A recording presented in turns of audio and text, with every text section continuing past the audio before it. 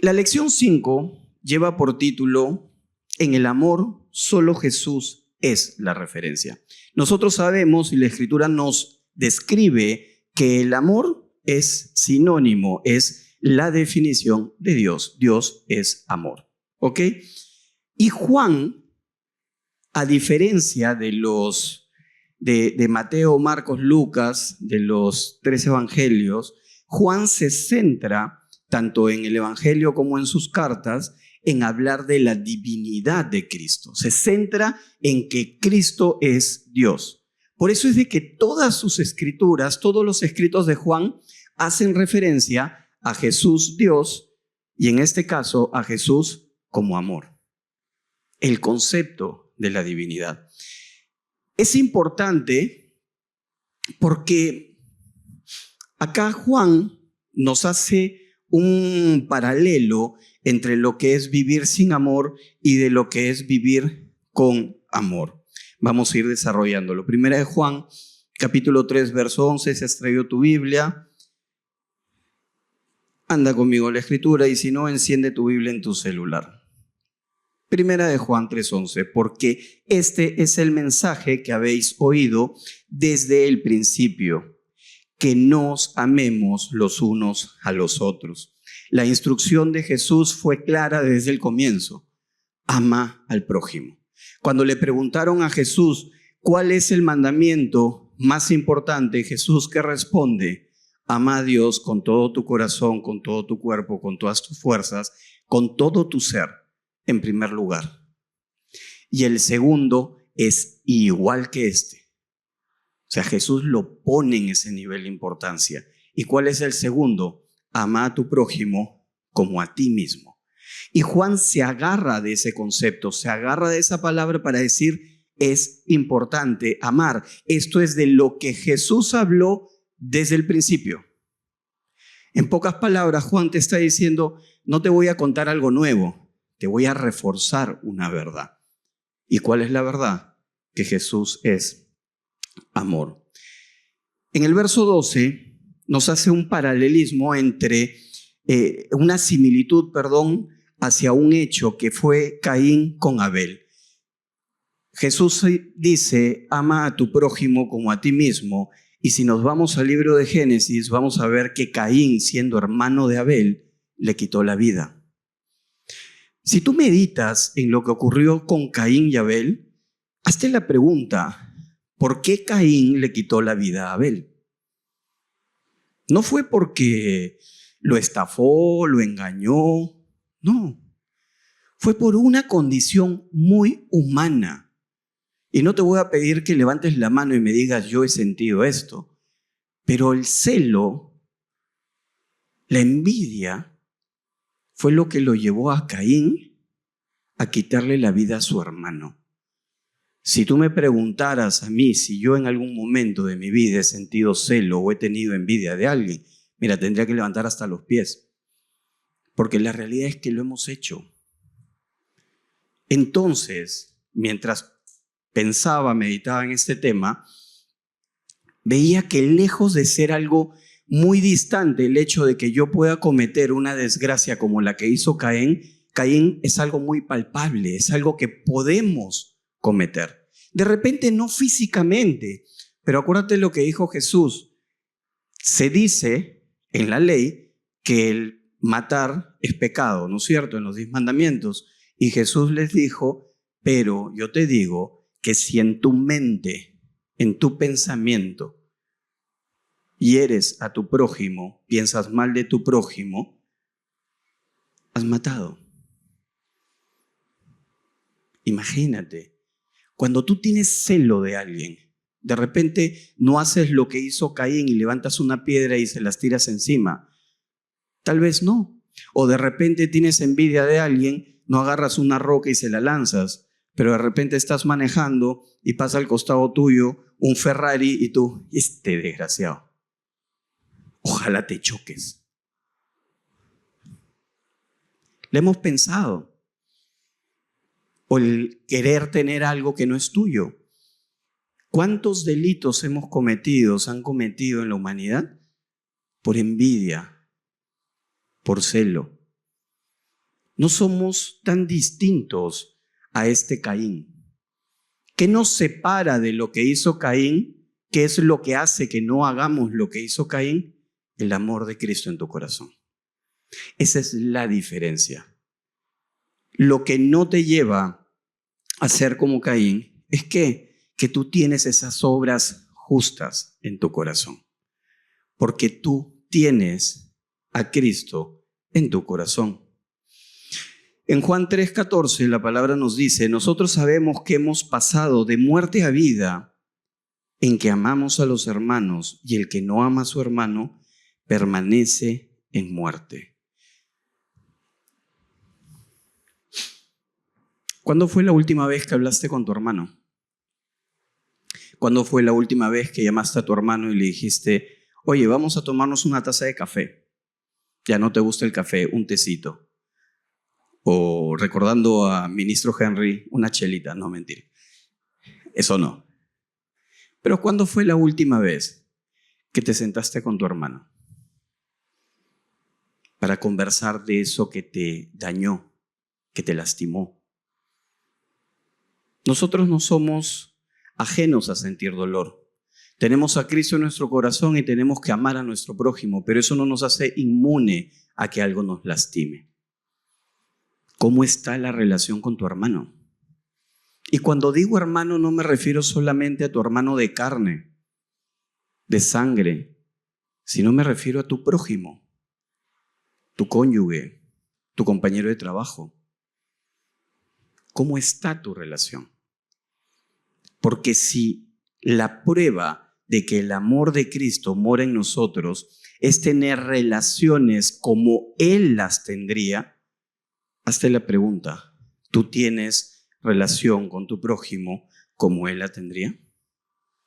¿O estamos más propensos a juzgar, a señalar, a separar, como lo decía hace un momento, a tener envidia, a sentir celos? Esta palabra de Juan tiene que llegar a nuestro corazón y tiene que permitirnos a nosotros ver dentro de nosotros y poder evaluarnos. Porque si la palabra no te confronta, no está cumpliendo el fin por el cual fue dada. La palabra tiene que confrontarte, tiene que llevarte a ese lugar donde eso que está escondido en tu corazón salga a la luz. Porque es el Espíritu el que te lo va a revelar. ¿Y para qué? Para que ese amor de Cristo genere ese cambio en ti. Y verdaderamente quien te conozca, quien te vea, pueda decir en tu trato que tú eres siempre que Dios. Porque ese es tu testimonio. Siempre que yo pienso en esto, me pregunto, la gente que está allá afuera, la gente que no sabe que soy pastor, por ejemplo, alguien con quien trabajo, cuando me ve, ¿a quién ve? Por ejemplo, el día de hoy estaba viendo un tema de una auditoría con una entidad del Estado y estaba con un auditor de SENASA y justo había estado leyendo esto y estaba pensando y meditando, esta persona con la que estoy tratando, ¿cómo me ve? ¿A quién ve en mi trato? De repente está sentado frente a mí en mi escritorio esperando que yo le diga, oye, ya, ¿cómo es? ¿Cómo arreglamos? Pero qué importante es el testimonio. Tú dirás, pero ¿de qué importa? Si es simplemente un trato comercial, lo vas a ver una vez y de ahí ya nunca más lo vuelves a ver. No, porque estamos llamados a que nuestra vida sea de impacto para otros, así sea un segundo. Porque ese segundo de repente te lo regaló el Señor para que tú puedas ser de influencia en la vida de esta persona. Un segundo, una palabra que lo lleve a pensar, oye, este es distinto. Él tiene algo que a mí me falta. Y si, con toda honestidad, se sorprenderían de la cantidad de veces que por temas de negocios he terminado conversando con alguien de Cristo. Como es mi tema favorito, antes era el fútbol, ahora es el segundo, pero bueno. Entonces, estamos llamados a dar la vida por nuestro hermano.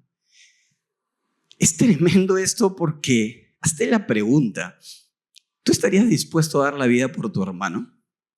Mira, ya te la pongo bien fácil. Los casados, ¿darías la vida por tus hijos? ¿Darías la vida por tu esposa? Es más, antaño había una frase, no en un accidente, que era mujeres y niños primero. Tú ibas en un barco, el barco se iba a hundir y los botes para las mujeres y los niños. Y los hombres, piña. Si te salvas, te salvaste. Porque en el corazón del hombre está el proteger a los suyos. Es fácil que des la vida por tu esposa, por tus hijos. Pero hazte la pregunta, ¿darías la vida por, no sé, pues, Abimael Guzmán? Pero es tu prójimo. Acá no dice Juan que tienes que dar la vida por quien merezca que tú des la vida.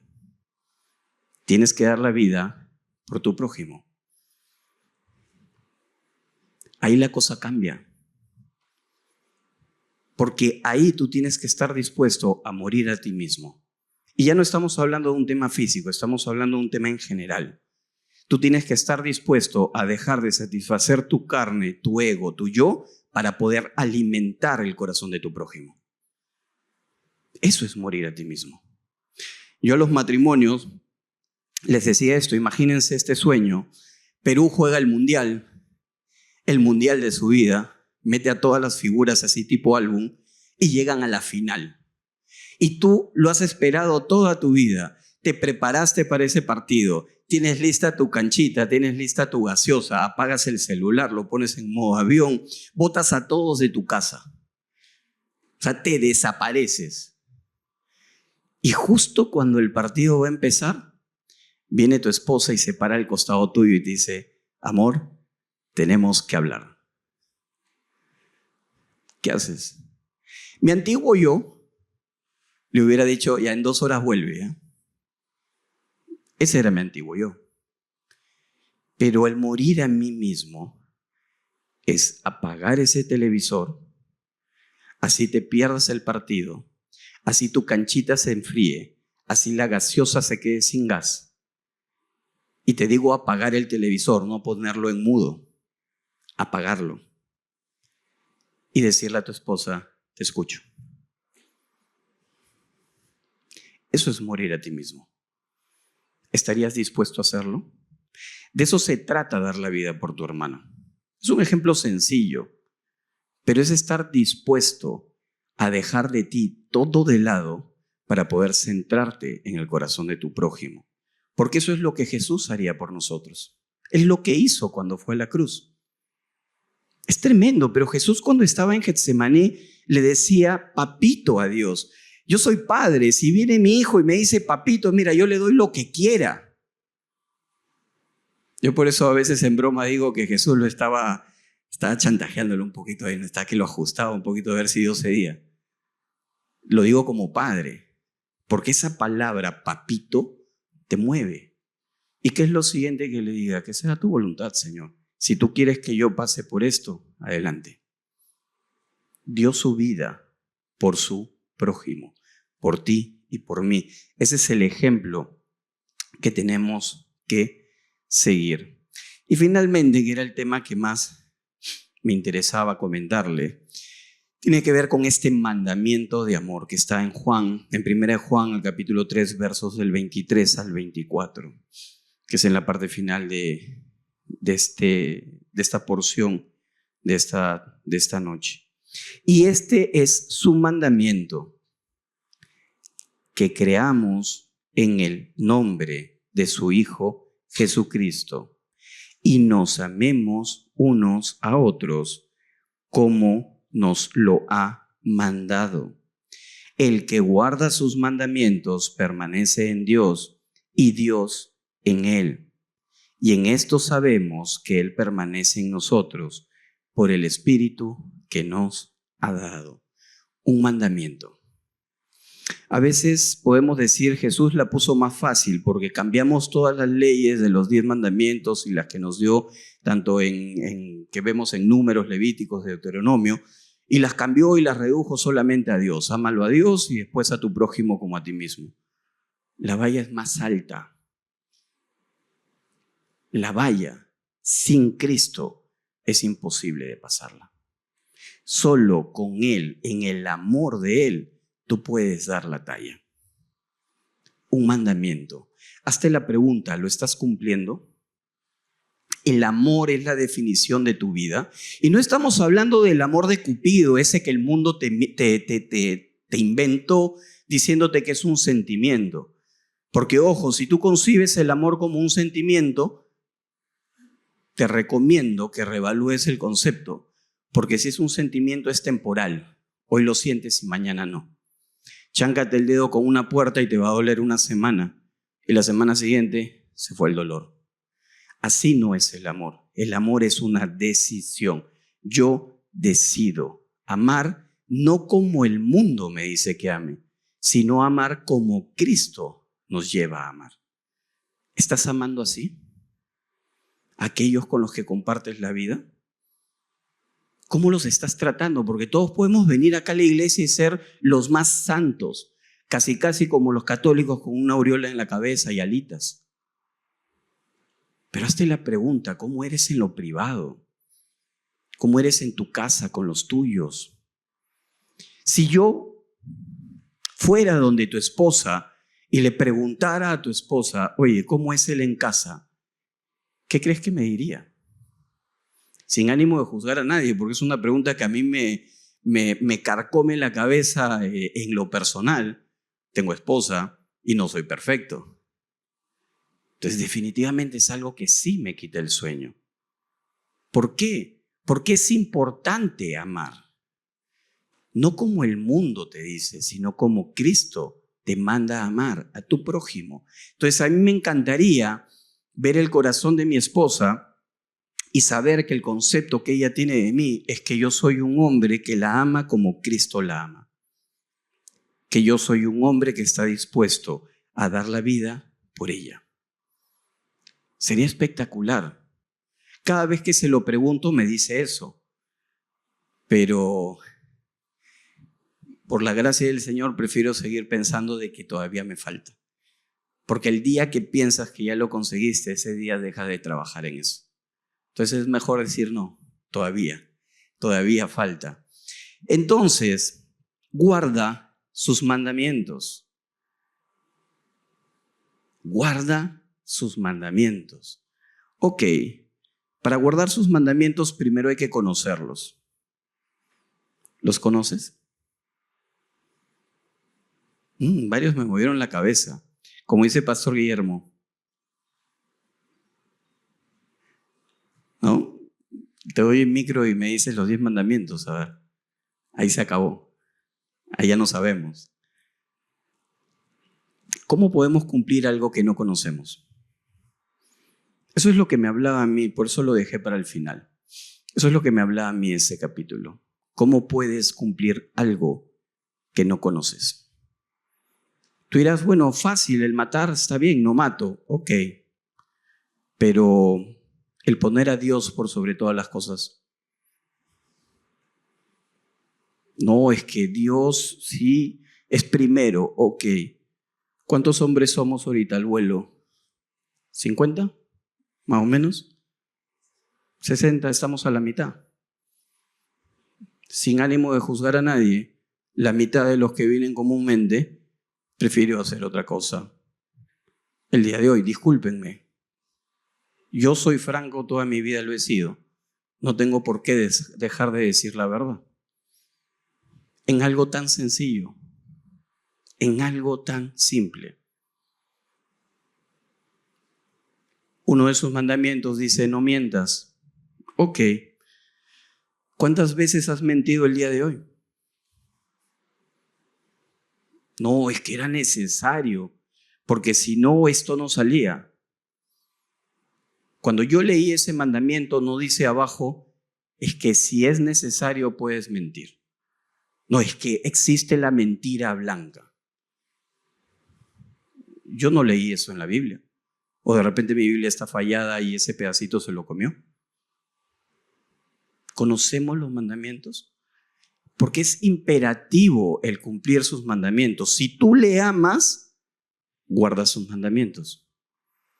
Si tú le amas, cumples sus mandamientos. No crean que esto se los digo para hacerlos sentir mal, porque como siempre, cuando me toca compartir en ATE, les digo, de lo que yo le comparto es de lo que el Señor me agarró a mí a cocachos previamente. Porque esto que yo les estoy diciendo es lo que me dice a mí. Porque es un llamado de atención hacia mí. Que se los comparto por si estás en una situación como la mía. Porque es la realidad. Es fácil dejar de cumplir lo que Dios te manda. Es cómodo dejar de hacer lo que Dios te manda. Quienes somos padres, nos pasamos la vida tratando de enseñar a nuestros hijos en hacer lo correcto. Les enseñamos a hacer lo bueno. Al día de hoy no conozco un padre que me diga, yo le enseño a mi hijo a hacer lo malo. No, tu hijo nace sabiendo hacer lo malo. Nadie le enseñó a mentir y miente. A mí me sorprendió, yo no soy de hablar lisuras, y me sorprendió, gracias a Dios nunca lo fui, y menos delante de mis hijos. Y una vez me sorprendió que vino mi hijo y me soltó una palabrota, pero de aquellas, y tenía 4 años. Y decía, pero si yo no le enseñé. Sí, pero el mundo sí se lo enseña. Entonces, si yo que soy el testimonio para mi hijo, si yo que soy el referente para mi hijo, no le enseño desde pequeño a cumplir los mandamientos del Señor, ¿quién lo va a hacer? El amiguito que se sienta al costado de él no le va a enseñar a no mentir. Al contrario, lo va a motivar a mentir y le va a decir, yo te cubro. Si tú no le enseñas a tu hijo a no codiciar, a no tener envidia del prójimo, ¿quién se lo va a enseñar a tu hijo? El que está al costado, al contrario, le va a dar más razones para envidiar, le va a dar más razones para codiciar. Y es fácil, hermanos, desde nuestra posición, juzgar y señalar que fue el mundo el que lo hizo. Déjame decirte de que si el mundo lo hace es porque tú se lo permitiste. Porque tú como padre no le enseñaste a guardar los mandamientos del Señor. Guardar los mandamientos del Señor es amar a Cristo. Tu rol como padre es enseñarle a tu hijo a amar a Cristo. Esa es tu responsabilidad. Toda mi vida pensé que mi responsabilidad era que mis hijos fueran profesionales y que tuvieran grandes carreras y todo lo que el mundo nos enseñó. La realidad es de que entendí que como padre mi rol principal es llevar el corazón de mis hijos a los pies de Cristo. Si yo consigo hacer eso, todo lo demás, como dicen las Escrituras, va a ser por añadidura. Porque les voy a enseñar a ellos a buscar primeramente a Dios. Pero lo voy a hacer yo. Por esto es recontra importante, es súper relevante para nosotros como hombres. Tú estás llamado a ser sacerdote de tu casa, a ser profeta de tu casa, a ser rey de tu casa. Rey para cuidar, para dar seguridad, para dar protección a tu familia. Sacerdote para que puedas llevar el corazón de los tuyos a los pies de Dios. Y profeta para que puedas hacer descender esa palabra de los cielos al corazón de tus hijos. Esa es tu labor como padre. ¿La estás cumpliendo? Hazte esa pregunta. Que esa pregunta hoy retumbe en tu cabeza. ¿Estás guardando los mandamientos? Porque es lo que tus hijos, es lo que tu prójimo está viendo. Y recuerda que si lo haces, esa es muestra, esa es la señal de que Cristo está en tu corazón. Así que si alguna vez tuviste duda y te preguntaste si Cristo está en tu corazón, anda a la fuente, anda a la raíz. ¿Estás cumpliendo los mandamientos? Punto. Si te encuentras mintiendo constantemente, ya sabes cuál es la respuesta. Si te encuentras codiciando los bienes o la mujer del prójimo, ya sabes la respuesta. Si no estás poniendo a Dios en primer lugar, ya sabes la respuesta. No hay mayor ciencia en ello. Simplemente basta con hacer un alto, mirar en nuestro corazón y ver cómo están nuestros pasos. Déjenme orar. Amado Padre, te damos gracias por este tiempo. Gracias, Señor, por tu palabra. Gracias, mi Dios, por manifestarte en nuestras vidas, Señor. Revelarte en nosotros como un Dios de amor. Gracias, Señor, porque tienes misericordia para con nosotros. Porque no te quedas en nuestras fallas, no te quedas en nuestros pecados, sino que estás ahí, Señor, con los brazos abiertos esperando a nosotros. Gracias, mi Dios, porque tú te revelaste como nuestro Padre, como ese Padre en la parábola del Hijo Pródigo, Señor, que al ver que su Hijo se acerca, aquel que lo defraudó, aquel que lo trató mal, aquel que se equivocó, se está acercando a Él. Tú corres, Señor, sin pedir una explicación, sin preguntar por qué, simplemente para abrazarnos, Señor, para darnos la bienvenida en tu seno, para restaurar nuestra identidad y ser nuevamente aceptos en ti.